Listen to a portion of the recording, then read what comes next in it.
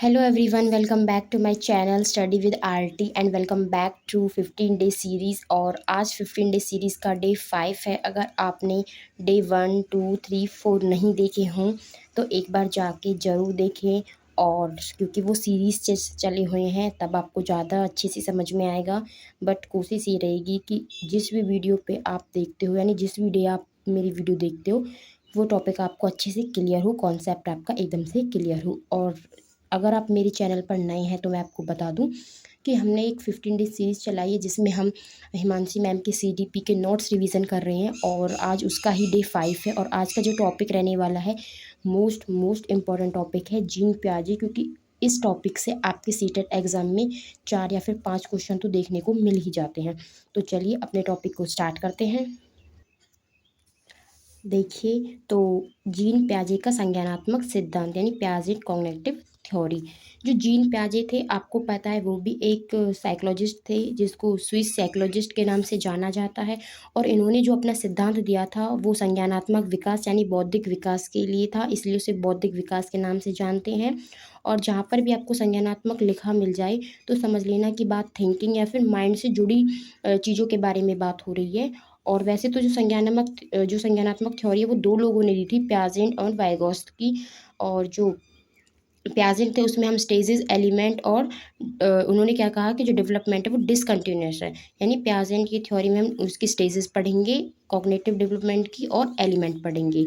और उन्होंने क्या कहा कि जो डेवलपमेंट है वो डिसकंटिन्यूस है, यानी ये एक असतत क्रिया है, यानी कंटिन्यूस नहीं है, यानी रुक जाती है बीच में। डिसकंटिन्यूस मतलब कंटिन्यू नहीं रहती। और जो आपके प्याजेंट है इन्होंने बच्चे को, जो बच्चे होते हैं उन्हें नन्हे नन्हे वैज्ञानिक कहा कि बच्चे खुद ही आविष्कार करते हैं, इसलिए इन्होंने लिटिल साइंटिस्ट बोला है। और स्कीमा जो वर्ड है वो भी हमारे प्याजे ने दिया है। स्कीमा का मतलब है कि आपके माइंड में जो चीज़ें होती है उनका स्कीमा बना रहता है, तभी आप चीज़ों को पहचान लेते हो। और बच्चे को जो एक्टिव रहने की बात है वो भी आपके प्याजे ने कही है कि बच्चे को आप जितना एक्टिव रखोगे बच्चा उतना ही अच्छा सीखेगा। एक्टिविटी से बच्चा ज़्यादा सीखता है। और चलिए अब हम देखते हैं उसके जो 4 एलिमेंट यानी फैक्टर प्रोसेस है जो जीन प्याजे ने 4 एलिमेंट। तो ये काफ़ी इम्पोर्टेंट है ये फैक्टर। जैसे कि फर्स्ट है आपका मैच्योरेशन यानी परिपक्वता, एक्सपीरियंस, सोशल इंटरेक्शन और इक्विलिब्रेशन यानी परिपक्वता, अनुभव, सामाजिक अतिक्रिया और संतुलन। जो परिपक्वता होती है मैच्योरिटी से संबंधित है। जो मैच्योरेशन है इसका मतलब है कि उम्र के साथ बच्चे में मैच्योरिटी बढ़ेगी। ये तो एकदम सही बात है कि आपकी एज के साथ आप में कि आपकी एज के साथ आप में मैच्योरिटी आती है। अगर 5 साल का बच्चा है तो उसका जो माइंड है वो 10 साल के बच्चे की तरह वर्क नहीं करेगा, क्योंकि अभी उसमें वो मैच्योरिटी आई नहीं है उस लेवल की कि बच्चे का जो दिमाग है वो 10 साल के बच्चे की तरह काम करे। एक्सपीरियंस यानी अनुभव, एक्टिविटी, बच्चा कुछ ना कुछ एक्सपीरियंस या फिर एक्टिविटी करके ही सीखता है। इसको इन्होंने ज़्यादा इंपॉर्टेंस दी है। मैंने पहले भी बताया कि जो प्याजे है उन्होंने बच्चे को एक्टिव रहने के लिए कहा है कि बच्चा जितना एक्टिव रहेगा बच्चा उतना सीखेगा। सोशल इंटरेक्शन प्याजे ने इसको थोड़ा सा कम इम्पोर्टेंस दी है। एंड इक्विलिब्रेशन संतुलन, संतुलन का मतलब कन्फ्यूज़न से क्लियरिटी तक जाना। अगर हमारे माइंड में किसी चीज़ को लेकर कन्फ्यूज़न है और वो कन्फ्यूज़न हमें क्लियर करके हमें उस चीज़ पे क्लियरिटी पानी है तो वही आपका संतुलन यानी इक्विलिब्रेशन होता है। अब हम प्रोसेस पढ़ेंगे इक्विलिब्रेशन की, ये भी काफ़ी इंपॉर्टेंट है। जिसके आपके 2 टाइप है, एडेप्टेशन और ऑर्गेनाइजेशन। ऑर्गेनाइजेशन का मतलब होता है संगठन, कि किसी भी चीज़ का आपने अपने माइंड में संगठन बना लिया। एडेप्टेशन अनुकूलन होता है। इसके भी आपको 2 टाइप्स देखने को मिलेंगे, एसिमिलेशन और एकमेंडेशन यानी आत्मसात और समायोजन। आत्मसात का मतलब होता है कि आपने अपने माइंड में कुछ नया ज्ञान जोड़ा है। जैसे कि आपको किसी चीज़ के बारे में नहीं पता और आपने अपनी मम्मी या पापा से पूछा और आपके मम्मी पापा ने उस चीज़ के बारे में आपको बता दिया, तो आपने उस चीज़ को अपने माइंड में जोड़ लिया। और एकमेंडेशन इन समायोजन होता है, जो आपके पास ज्ञान है आपने जो पहले ही ज्ञान जोड़ रखा है उसमें आपने नया ज्ञान जोड़ लिया, यानी उस ज्ञान में आपने थोड़ा सा मॉडिफाई कर लिया, तो उसको हम समायोजन कहेंगे। थोड़ा सा और देखते हैं इसको अच्छे से एकदम खुल के यहाँ पे। जब बच्चे के दिमाग में न्यू इन्फॉर्मेशन ऐड होती है, यानी बच्चे को अभी कुछ नहीं पता, उसके दिमाग में एकदम से नई इन्फॉर्मेशन ऐड हुई है, तो हम उसको एसिमिलेशन कहेंगे। यानी आत्मसात कहेंगे और एकमेंडेशन कहेंगे जब बच्चे पुराने ज्ञान में नया ज्ञान जोड़ते हैं या फिर उसे मॉडिफाई करते हैं। ये बच्चे को कुछ ना कुछ नॉलेज पहले से ही है, पर अब उसने थोड़ी सी और नई नॉलेज ले ली, उस पुराने ज्ञान में अपने नए ज्ञान को जोड़ दिया, तो वो आपका एकमेंडेशन कहलाएगा। यहाँ पे एग्जाम्पल देखिए, आपको और अच्छे से क्लियर होगा। बच्चे एक पक्षी आकाश में उड़ता देखते हैं और उसे बताया जाता है कि ये पक्षी, यानी अब छोटे छोटे बच्चे हैं, उन्होंने आकाश में कुछ उड़ते हुए देखा। पहले उन्हें नहीं पता था कि वो पक्षी है, फिर उन्होंने पूछा मम्मा ये क्या उड़ रहा है, तो मम्मी कहेंगी कि बेटा ये पक्षी है। तो अब जो बच्चे को पक्षी के बारे में पता चला, वो आपका एसिमुलेशन, यानी बच्चे ने नया ज्ञान अपने माइंड में जोड़ लिया। उसके बाद उसने 2-3 दिन बाद उसी आकाश में एरोप्लेन उड़ते देखा, तो उसने कहा कि मम्मा आप फिर से पक्षी आ गया और ये तो थोड़ा बड़ा सा पक्षी है। तो उसकी जो मम्मी कहेंगी कि बेटा वो पक्षी नहीं है, वो एरोप्लेन है। तो इसका मतलब बच्चे को थोड़ा ज्ञान तो पहले से ही था कि आसमान में पक्षी उड़ता है, यानी आसमान में कुछ ना कुछ तो उड़ता है, अब वो पक्षी हो एरोप्लेन हो। अब बच्चे को और थोड़ी सी क्लियरिटी होगी कि हाँ, आसमान में जो उड़ते हैं वो पक्षी नहीं, एरोप्लेन भी होते। तो यहाँ पे ये एकमेंडेशन है कि पुराने ज्ञान में उसने नया ज्ञान समायोजन कर लिया। आई होप आपको दोनों पॉइंट क्लियर हुए होंगे, क्योंकि इंपॉर्टेंट है, एक ना एक क्वेश्चन तो यहाँ से आ जाता है। और वैसे भी जीन प्याजे की थ्योरी से 3-4 क्वेश्चन तो देखने को मिलेंगे, तो एक यहाँ से भी आता है। चलिए, तो अब नेक्स्ट पर चलते हैं। अगर आपको स्क्रीन शॉट लेने हैं तो आप ले सकते हो। वैसे तो मैंने ये नोट्स हैं, इनकी जो लिंक है वो कम्युनिटी पोस्ट है वहाँ पर डाल दिए, तो आप वहाँ से डाउनलोड कर सकते हो पीडीएफ, और साइबर कैफ़े से जाके इस तरह से आप फ़ोटो कॉपी निकाल सकते हो, इसे बाइंड करा सकते हो, नहीं तो आप लिंक से भी पढ़ सकते हो। चलिए आगे देखते हैं। यहाँ पे देखिए छोटी सी बात है, इंपॉर्टेंट है कि पहले विकास होगा फिर अधिगम होगा, यानी अकॉर्डिंग टू पियाजे डेवलपमेंट टू लर्निंग, पहले आपकी विकास होती है और फिर आपकी लर्निंग होती है, यानी अधिगम होता है। यहाँ पे एडेप्टेशन की प्रोसेस दी है कि फर्स्ट एसिमुलेशन है, इक्विलिब्रेशन है, न्यू सिचुएशन है, डिसइक्विलिब्रियम है और आपका एकमेंडेशन है। और यहाँ पे है प्रोसेस ऑफ इक्विलिब्रेशन, जो इक्विलिब्रेशन की प्रोसेस थी। इक्विलिब्रेशन अभी हमने पढ़ा है, संतुलन, जिसमें हमारी 2 चीज़ें इन्वॉल्व थी, एकमेंडेशन और एसिमुलेशन। तो उसकी प्रोसेस कैसे होती है, पहले आपका एकमेंडेशन होता है, आप नए ज्ञान को जोड़ते हो, फिर उसमें आप एसिमुलेशन मॉडिफाई करते हो, फिर आप उसमें थोड़ा सा अपडेट करते हो अपने स्कीमा में। जो चीज़ भी आपके माइंड में स्टोर रहती है ना, उन्हें स्कीमा कहते हैं। कि आपके माइंड में, जैसे ये आपका माइंड है, तो इसमें अलग अलग ये स्कीमा बने हुए हैं, और ये हर चीज़ के स्कीमा, जैसे पेन है, आपको पता है ये पेन है, तो पेन का भी स्कीमा आपके माइंड में बना हुआ है, तभी आप पहचान सकते हो कि ये पेन है। यहाँ पे मैं एसिमुलेशन एकमेंडेशन में पीछे बता चुकी हूँ कि क्या होता है। अब बात करेंगे जो प्याजे के अनुसार संज्ञानात्मक विकास की 4 अवस्थाएं, जो संज्ञानात्मक विकास है उसकी प्याजे ने 4 अवस्थाएं बताई हैं।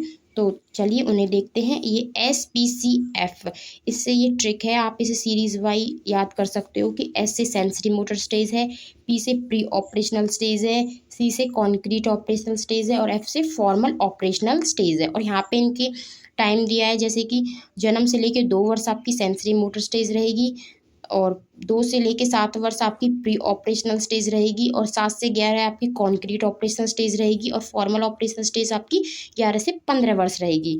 और SPCF ये एक ट्रिक है जिससे आप सीक्वेंस में नहीं याद कर सको कि पहले सेंसरी मोटर है, फिर प्री ऑपरेशनल है, कॉन्क्रीट है और फॉर्मल ऑपरेशनल है। अब आगे देखते हैं सेंसरी मोटर स्टेज, यानी जो जन्म से लेके 2 वर्ष है, उसमें क्या है, आप सेंसरी, आप यहाँ से देख सकते हो सेंसरी यानी सेंस, जिसमें आपके जो टीचर्स हैं वो सेंसेस होते हैं। आपके पता है कि आपको कि 5 ऑर्गन, जो सेंस ऑफ ऑर्गन्स होते हैं, आइज, नोज, ईयर, टंग, स्किन, हाँ यही होते हैं। तो इनसे बच्चा सीखता है। जब बच्चा जन्म से 2 वर्ष का होता है तो बच्चा अपनी ज्ञानेंद्रियों से सीखता है, इसीलिए प्याजे ने ज्ञानेंद्रियों को पहला टीचर कहा है, या फिर वो हमारे टीचर होते हैं। वो इंद्रिय ज्ञामक भी वही है, ज्ञात्मक वही है, आपकी वही अवस्था है, दोनों एक ही चीज़ है कि सेंसेस से सीखेगा। जन्म से 2 वर्ष की आयु होती है, और वस्तु स्थायित्व होता है, यानी ऑब्जेक्ट परमानेंस होती है। जैसे कि बच्चा ऑब्जेक्ट को अपने माइंड में दिखा लेता है। अब फ़ोन है, हमने बच्चे को फ़ोन दे दिया, उसने 1-2 घंटा फ़ोन से वो खेला, उसके बाद हमने वो फ़ोन छिपा दिया, तो बच्चा उस फ़ोन को ढूंढेगा, क्योंकि जो फ़ोन की जो ऑब्जेक्ट है, ये फ़ोन उसने अपने माइंड में बिठा लिया है। बच्चे के माइंड में ये चीज़ बैठ जाती है, वो थोड़ी देर तो उसे ढूंढेगा ही, चाहे वो बाद में उसे भूल जाए, पर थोड़ी बहुत देर तो वो उसे ढूंढता है, यानी उसके माइंड में ऑब्जेक्ट परमानेंस बस गई है। अब आती है आपकी विलंबित अनुकरण, यानी इमेजिनेशन, या फिर क्या कहते हैं उसे, नकल करना, या फिर इमेजिनेशन देखना, इमेजिन हाँ वो इमेजिनेशन होता है, सॉरी, इमिटेशन यानी ये नकल करना है। लक्ष्य निर्धारित व्यवहार, निर्देशित व्यवहार जो गोल डायरेक्टेड बिहेवियर होता है, ये गोल डायरेक्टेड वो वाला नहीं है कि आप बच्चा जन्म से लेकर 2 वर्ष तक ही ये सीख लेगा कि हमें तो आईपीएस बनना है फिर डॉक्टर बनना है, ये वो वाला गोल डायरेक्टेड बिहेवियर नहीं है, ये दूसरा वाला है। बच्चों की इंद्रियां ही शिक्षक होते हैं, अभी हम पढ़ चुके हैं कि सेंसेस आर टीचर। इस अवस्था में बच्चे मतलब हाथ व आंखों से सोचता है, अर्थात अपने ज्ञानेंद्रियों से दुनिया की समझ विकसित करता है। तभी तो हमने सेंसेस को टीचर कहा है, जब बच्चा इस अवस्था में अपने हाथों और आंखों से सोचता है।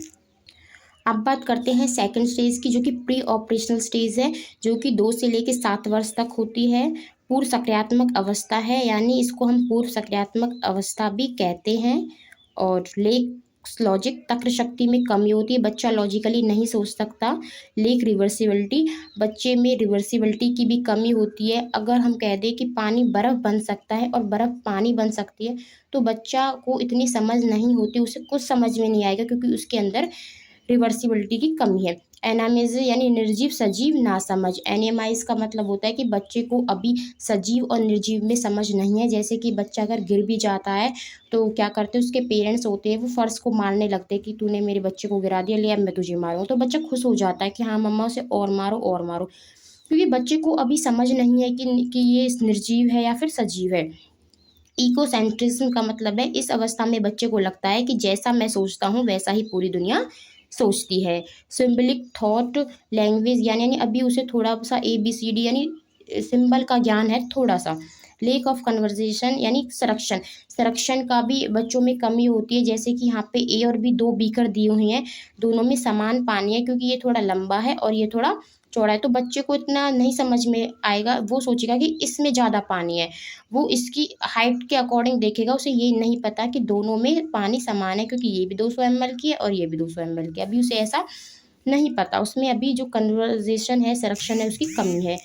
अब आता है सेंट्रेशन, केंद्रीकरण, और यहाँ से थोड़ा सा ये रिजल्टी हो गया और संरक्षण भी करा दिया। अब बात आती है, हाँ ये सारे पॉइंट हो चुके हैं। अब थर्ड है आपका कॉन्क्रीट ऑपरेशनल, जो कि 7 से 11 वर्ष की आयु होती है।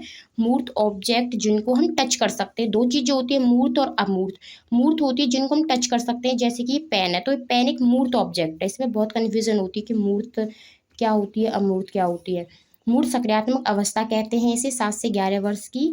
मूर्त चीज़ों के प्रति लॉजिक की का संज्ञान होता है, यानी जो मूर्त चीज़ें जिनको हम टच कर सकते हैं उनके बारे में वो लॉजिकली सोच सकते हैं, उसका ज्ञान हो जाता है। वस्तुओं का वर्गीकरण, अब वो वस्तुओं को क्लासिफिकेशन यानी वर्गीकरण भी कर सकते हैं कि ये ट्रायंगल है, स्क्वायर है, सर्कल है, उसके कलर शेप साइज़ के आधार पर वो उन्हें क्लासीफाई कर सकते हैं। वस्तुओं का संरक्षण, अब उन्हें वस्तुओं का संरक्षण भी पता चल गया है कि हाँ ये दोनों बेशक से ये लंबा है, ये थोड़ा सा छोटा है, बट पानी इनमें दोनों में समान होगा, तो एक कॉन्क्रीट ऑपरेशन में बच्चे को समझ आ जाता है।